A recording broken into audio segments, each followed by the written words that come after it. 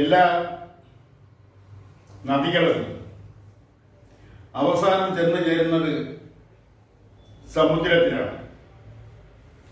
അതുപോലെ എല്ലാവർക്കും ഒരിക്കൽ മരണത്തിൻ്റെ അടുത്തേക്ക് ചെല്ലേണ്ടി വരും. എല്ലാ മരണവും ഒരുപോലെയാണെന്ന് സാമാന്യമായി പറയാമെങ്കിലും മരണത്തിൻ്റെ പ്രാധാന്യത്തിൽ വ്യത്യാസങ്ങളുണ്ട്. ആ വ്യത്യാസം എന്ന് പറയുന്നത് മരണപ്പെടുന്ന അല്ലെങ്കിൽ മരണപ്പെട്ട ആൾ ജീവിച്ചിരുന്നപ്പോൾ ചെയ്തിട്ടുള്ള കർമ്മങ്ങളെ ആശ്രയിച്ചിരിക്കും.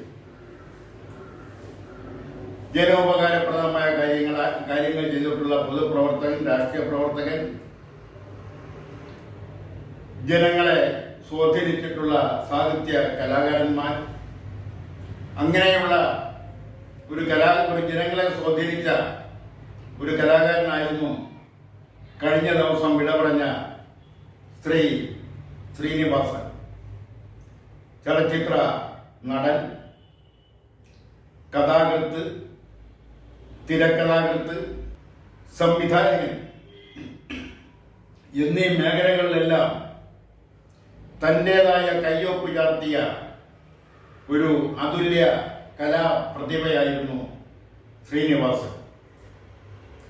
അദ്ദേഹം അടിയുറച്ച് വിശ്വസിച്ചിരുന്ന ഇടതുപക്ഷ പ്രസ്ഥാനത്തിൽ നിൽക്കുമ്പോൾ തന്നെ അദ്ദേഹം ആ പ്രസ്ഥാനത്തിലേക്ക് പുതുതായി കടന്നു വരുന്ന പ്രവണതകളെ തന്റെ കലയിലൂടെ നിശ്ചിതമായി വിമർശിക്കാനും അദ്ദേഹം മടി കാണിച്ചില്ല എന്നുള്ളതാണ്.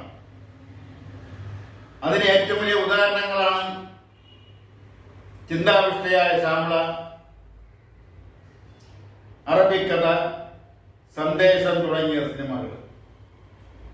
അതുപോലെ തന്നെ തന്റെ തിരക്കഥ, തന്റെ സംവിധാനത്തിലൂടെ, തന്റെ അഭിനയ സിദ്ധിയിലൂടെ ഹാസ്യാത്മകമായ രീതിയിൽ, അത് വിമർശനപരമായ രീതിയിൽ ഹാസ്യാത്മകമായി അവതരിപ്പിക്കാനും അദ്ദേഹത്തിന് കഴിഞ്ഞിരുന്നു എന്നതാണ് വസ്തുത.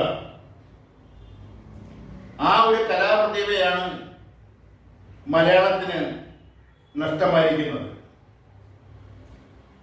ഒരു മരണം സംഭവിക്കുമ്പോൾ അതിൽ പ്രതീക്ഷിത മരണവുമുണ്ട്, അപ്രതീക്ഷിത മരണവുമുണ്ട്.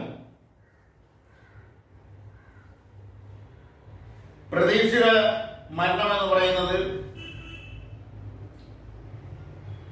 ചില മഹാത്മാ, സ്വാമി വിവേകാനന്ദൻ, ചട്ടമ്പി സ്വാമികൾ, ശ്രീ നാരായണ ഗുരു,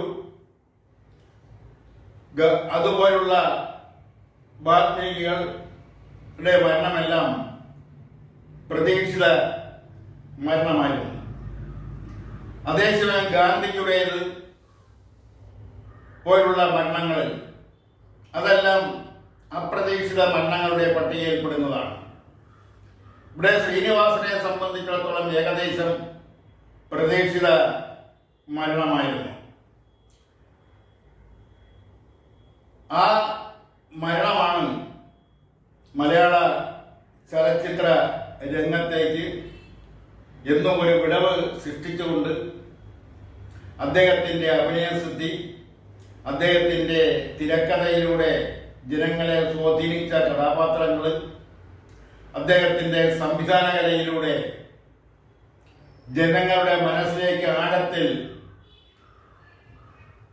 കടന്നു വന്ന കഥാപാത്രങ്ങൾക്കെല്ലാം അദ്ദേഹം ജീവൻ കൊടുത്തത്.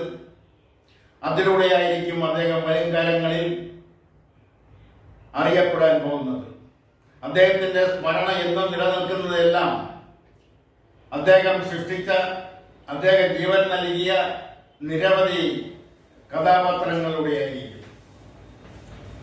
അങ്ങനെയുള്ള ഒരു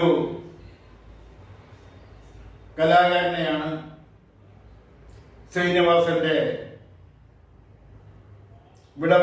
വിടവാങ്ങലിലൂടെ മലയാള കലാ സാഹിത്യ രംഗത്ത്, ചലച്ചിത്ര രംഗത്ത്, ഇടതുപക്ഷ പ്രസ്ഥാനത്തിനെല്ലാം നഷ്ടമായത്. ആ അതുല്യ കലാകാരന്റെ സ്മരണയ്ക്ക് മുന്നിൽ കേരളീയ ദർശന്റെ ആദരാഞ്ജലികൾ അർപ്പിക്കുന്നു.